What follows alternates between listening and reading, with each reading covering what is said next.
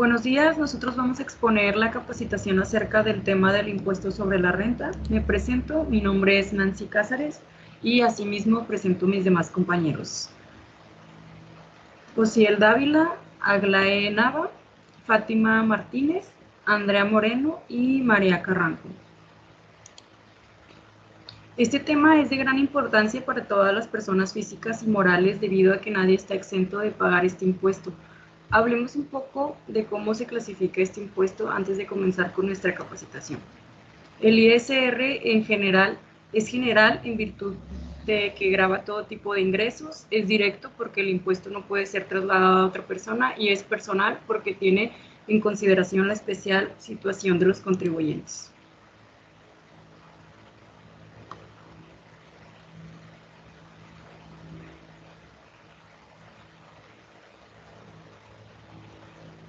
Vamos ahora con qué es el impuesto sobre la renta.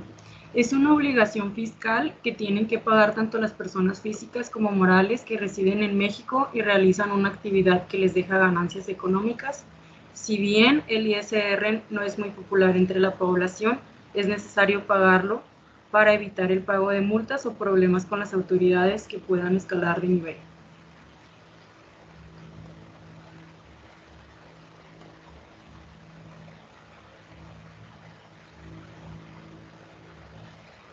Sin duda, la estructura de la ley del impuesto sobre la renta también es una parte muy importante para todo aquel que desea conocerla. La estructura del impuesto sobre la renta está dividida en 228 artículos y cuenta con 7 títulos con sus respectivos capítulos, como se muestran a continuación. El título 1, que son las disposiciones generales, título 2, que representan las disposiciones generales de las personas morales, título 3, del régimen de las personas morales con fines no lucrativos, título 4, de las personas físicas con disposiciones generales, título 5, de los residentes en el extranjero con ingresos provenientes de fuente de riqueza ubicada en territorio nacional, título 6, de los regímenes fiscales preferentes y de las empresas multinacionales, título 7, de los estímulos fiscales.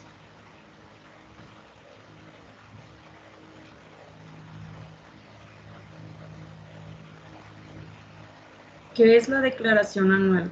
Bueno, es un requisito obligatorio que tienen que realizar todas las personas físicas y morales ante el sistema de administración tributaria. El ejercicio debe estar realizado en tiempo y forma, de lo contrario los contribuyentes deberán pagar impuestos extras o atenerse a las consecuencias legales, mismas que se ejecutan dependiendo del historial y cada caso personal.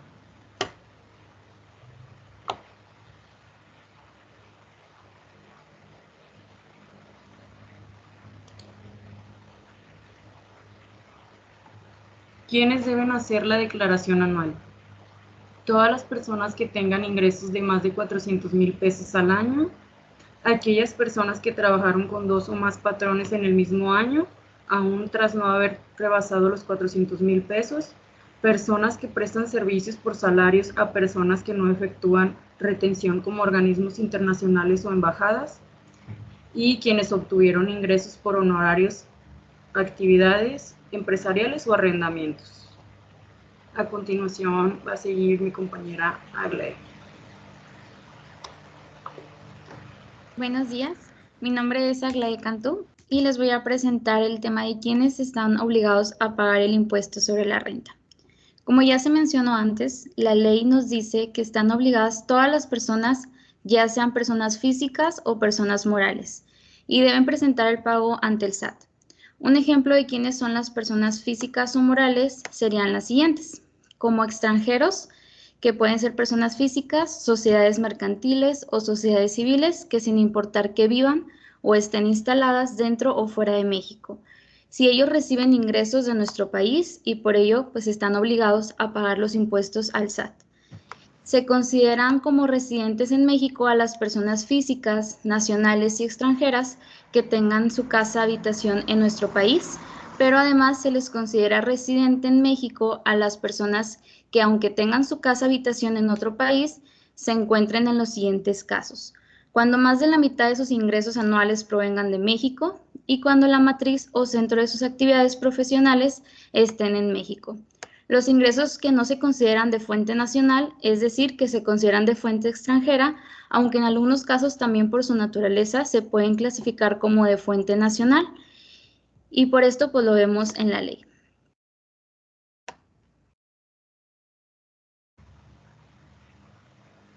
Algunos ingresos que no se consideran de fuente nacional pueden ser los créditos obtenidos en el exterior, los cuales tampoco se entienden poseídos en México, ingresos derivados de los servicios técnicos de reparación y mantenimiento. También los residentes en México, pues respecto a todos los ingresos que tengan, cualquiera que sea su ubicación de la fuente de riqueza donde proceda. Sobre este punto en particular, es de mencionar que se consideran residentes al país a las personas físicas nacionales que tengan su casa habitación en México, salvo prueba de lo contrario. Se presume que las personas físicas de nacionalidad mexicana son residentes de territorio nacional.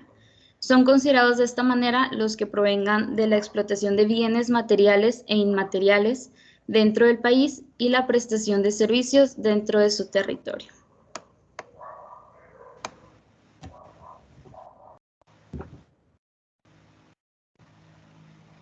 El siguiente tema es quiénes están obligados en qué casos a pagar el impuesto sobre la renta, que es el ICR. En esto pues también constituyen ingresos de fuente nacional, como pueden ser las rentas de capital provenientes de bienes inmuebles ubicados en el país, tales como arrendamientos o censos. Las utilidades que provienen de la enajenación de bienes inmuebles ubicados en el país, bienes inmuebles que exploten en el país o rentas del trabajo tales como sueldo, comisiones, honorarios, compensaciones, pues entre otros. Dividendos o participación provenientes de sociedades colombianas domiciliadas en el país, de modo que conformen a lo anterior, como las personas físicas residentes en México, que sin importar que tengan nacionalidad extranjera, deben pagar pues todos estos impuestos. De acuerdo con el Servicio de Administración Tributaria, lo que conocemos comúnmente con el SAT, quien es la autoridad encargada de recaudar los impuestos que son destinados a los diferentes proyectos del país, nos menciona que el ICR se paga cuando obtengas ingresos en México por cualquiera de los siguientes conceptos. Los salarios, que es el dinero obtenido por sueldos y demás prestaciones derivadas de una relación laboral, tiempo extra, prestaciones adicionales, indemnizaciones, jubilaciones, pensiones, seguro de retiro, entre otros. Los honorarios, que son ingresos ganados por prestar servicios profesionales independientes, es decir, que no se otorguen de forma subordinada. Las remuneraciones, que es a miembros de consejos, administradores, comisarios, gerentes o algún consejo directivo de vigilancia. También están los arrendamientos de bienes inmuebles, que son los ingresos por renta o un bien inmueble siempre y cuando ese bien esté ubicado dentro del territorio nacional. Contratos de servicios turísticos de tiempo compartido para uso, goce, ocupación o disfrute, de forma temporal, o definitivamente de uno o varios inmuebles o parte de ellos con fines turísticos como son las vacaciones, recreativos o deportivos.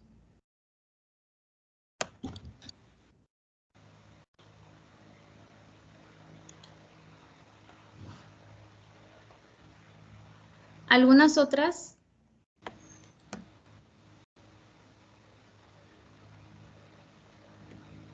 pueden ser como actividades artísticas, deportivas o espectáculos.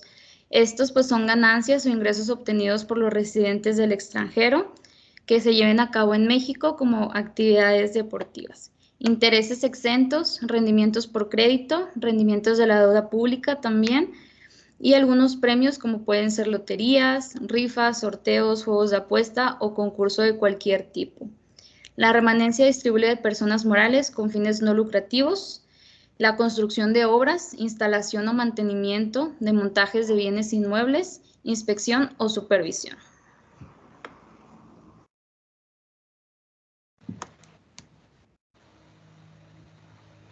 Bueno, ahora vamos a hablar de cómo puedo calcular el pago del ISR. Principalmente, pues, el impuesto sobre la renta es un pago que es variablemente entre la población y puede ir desde el 1.5% hasta el 35% al mes. Para poder determinar esto, el SAT utiliza una tabla con el límite inferior y superior. que es de acuerdo al esquema de ganancias de cada persona o de cada empresa. El objetivo es que cada quien más gana, más pague. Y también de acuerdo a cada institución bancaria, el cálculo del impuesto sobre la renta lo puedes calcular de la siguiente manera. Le puede dar principalmente lo que nos comenta que la fórmula se debe de realizar, identificar el ingreso total que recibe al mes o al año, en este caso la empresa. También debes seleccionar el porcentaje del impuesto sobre la renta de acuerdo con tu nivel salarial, y esto es proporcionado directamente por el SAT. Posteriormente, debes de integrar lo que son los ingresos y se resta con el límite inferior ubicado en tu nivel salarial. Al resultado obtenido, conocido como base, debes aplicar la tasa ubicada en la tabla. Y el paso 5 es el resultado se suma con la cuota fija establecida por el SAT y se obtendría lo que es el ISR. Aquí nos identifica principalmente que la tabla va cambiando mes con mes o año con año. Principalmente se realiza lo que es la cuestión del cálculo, y aquí puse un ejemplo. Puse un ejemplo de una empresa que gana al mes 20,000 pesos. El límite inferior nos ubicaríamos en la sexta columna que viene en la tabla, con lo cual tendríamos que establecer, como son 20,000 pesos lo que gana la empresa, el límite inferior y el límite superior está entre esos rangos, los 20,000. Por eso tomaríamos como el límite inferior 15,487,72 y nos daría un total de excedente de 4,512,28. Para poder calcular después el total del excedente del límite inferior, tomaríamos igualmente la sexta columna, que es 21,36%, y obtendríamos un total de 963,82. Aparte de esto, tenemos que sumar la cuota fija, que igualmente iríamos a la sexta columna y nos establece que es de un total de 1,640,18. Y si lo sumamos, obtendríamos como resultado de ISR 2,604.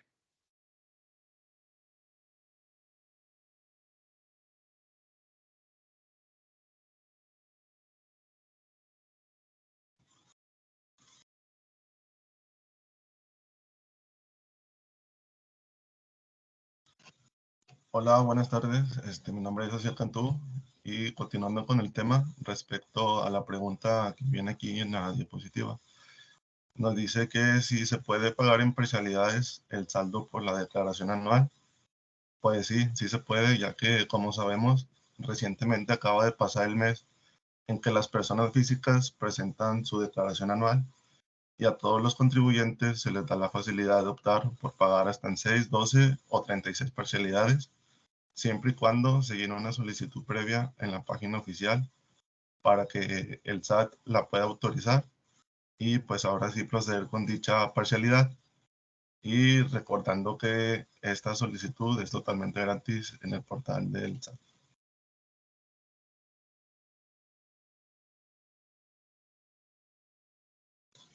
Y bueno, también las personas físicas pagarán menos impuestos sobre la renta en el presente año 2023 debido a una actualización de las tarifas del impuesto que reconoce el aumento de la inflación en los 2 últimos años. El 27 de diciembre del año 2022, el Diario Oficial de la Federación publicó las tablas que establecen las tarifas vigentes en el presente año, en el 2023.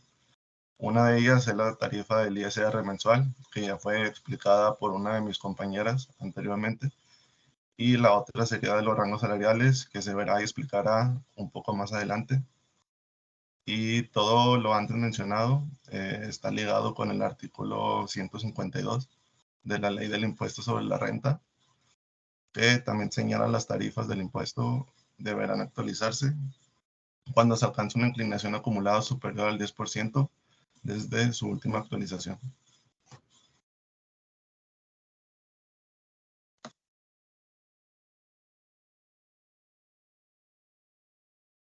Buen día, mi nombre es Fátima Castillo. Yo voy a hablar sobre la tarifa ICR 2023. A partir del 27 de diciembre del 2022 se publicó el anexo 8 de la resolución miscelánea fiscal para el siguiente año 2023. Contiene las tarifas y tablas aplicables a pagos provisionales, retenciones y cálculo del impuesto sobre la renta ICR de las personas físicas.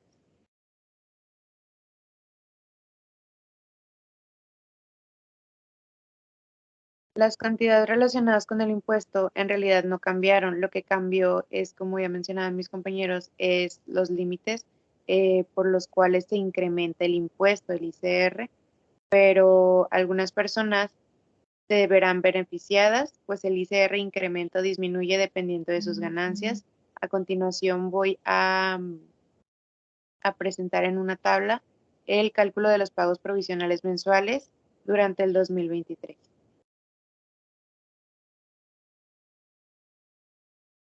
El primer ejemplo de un ingreso mensual de 8,000 pesos, de acuerdo a la tabla de ICR 2022, quedó en 596.42.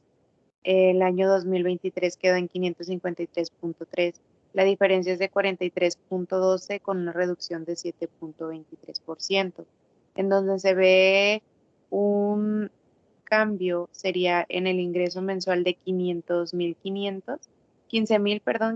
pesos mensuales. De acuerdo a la tabla del 2022, quedó en 1,869,64 centavos. De acuerdo al 2023, 1,642,80 centavos. La diferencia es de 228,84 y una reducción del 12.13%. Y en donde no se ve, y notoriamente no se ve un cambio, es en el ingreso mensual de 1,000,000 de pesos. El ICR, de acuerdo a la tabla del 2022, quedó en 338,181,14 y al 2023, 336,320,84. La diferencia fue de 1,860,31 y la reducción fue solamente de un 0.55%.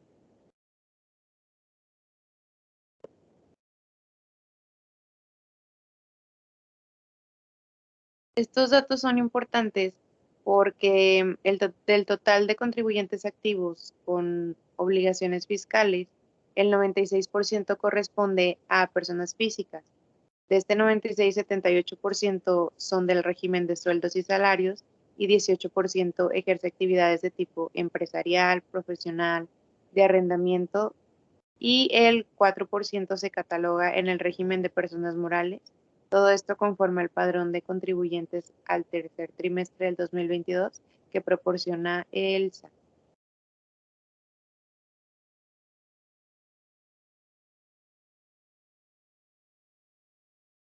Hola, buen día. Mi nombre es María Colunga y vamos a explicar a quién aplica esta actualización de las tablas para calcular el ISR. Esta actualización aplica a todas las personas físicas, ya sean asalariados o que reciban su sueldo por honorarios, arrendadores o que reciban ingresos solamente por los intereses.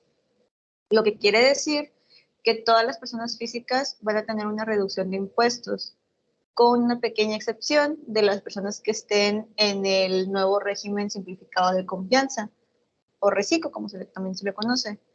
Este es un nuevo régimen que empezó en el 2022 para tributar en el ISR con tarifas muy bajas. A ellos no se les aplicaría una reducción de sus impuestos, ya que ellos tienen una tasa demasiado baja para el ISR, que se trata del 1% al 2.5% de sus ingresos. Ahora, para más información, aquí les pusimos un link para que puedan entrar a la página del SAT y puedan checar todos los artículos que les explicaremos a continuación. Ahora viene desglosado y para que puedas leer cada uno de los artículos de la ley del impuesto sobre la renta. Habla de la adquisición de bienes, que te permite consultar el artículo 130, al artículo 131, el artículo 132, el artículo 147, el artículo 148 y 149. También viene hablando sobre la declaración anual, que nos habla del artículo 150 al 152. y las deducciones autorizadas que tiene para el SAT, que es del artículo 103 al artículo 105. También nos habla de las deducciones que se pueden realizar, hablando con artículos como el 115, el artículo 147, el artículo 148 y el artículo 149. En cuanto a los dividendos, nos muestra el artículo 140. En cuanto a la enajenación de bienes, nos habla del artículo 119, 120, 121, 122, 123, el artículo 124, 125, 126, 127, 128 y 129. Luego nos saltaríamos al artículo 147, 148 y 149. En cuanto al cálculo de impuestos, habla del artículo 95, 96 y 97. Y el artículo que nos habla del cálculo de los impuestos es el artículo 116. También en la página del SAT viene el cálculo del impuesto, que es el artículo 106, 107, 108 y 109. Y artículos relacionados con ingresos, en todas sus versiones. Viene el artículo 94, en otro apartado de ingresos viene el artículo 114, y el último apartado de ingresos nos habla del artículo 100, 101 y 102. En cuanto a los intereses, nos muestra y nos explica de los artículos 133, 134, 135 y el artículo 136. Hablando de los demás ingresos, nos muestra el artículo 141, 142, 144 y 145. Para hablar de las obligaciones, en un apartado nos muestra el artículo 118 y especificando otro tipo de obligaciones que muestra ciudadano sería el artículo 98 y 99.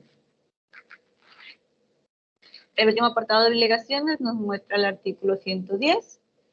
Y el siguiente tema son las disposiciones generales de las personas físicas, que nos especifica el artículo 90 y 93.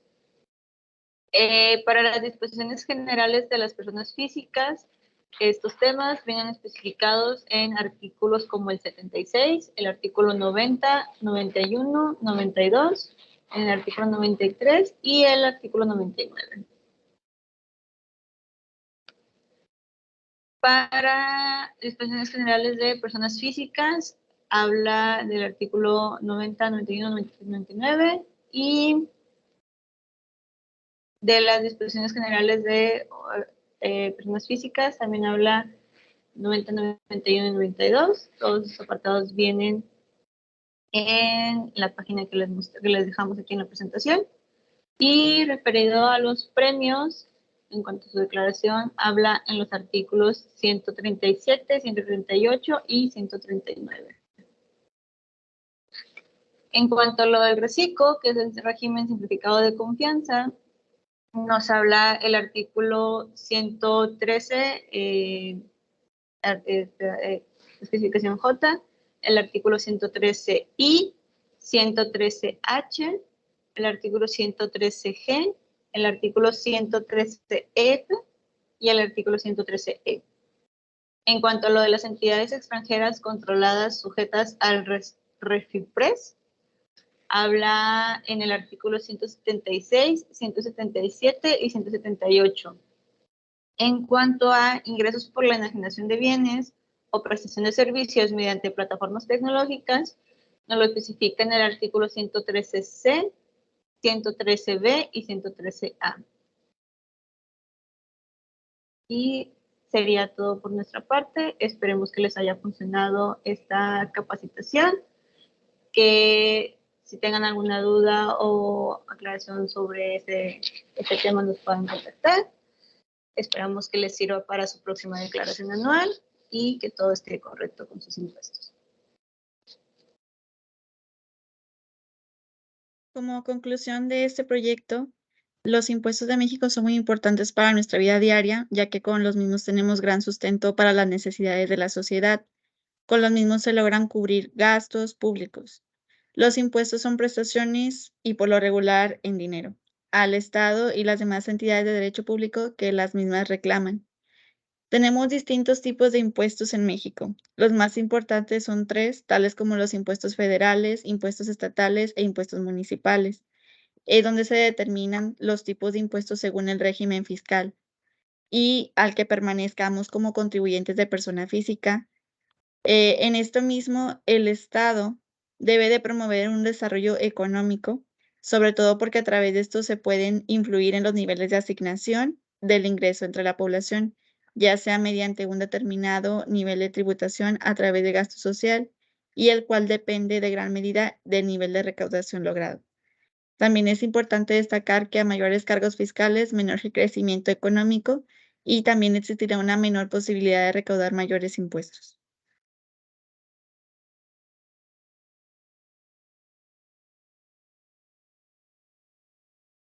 Y sería todo por nuestra parte.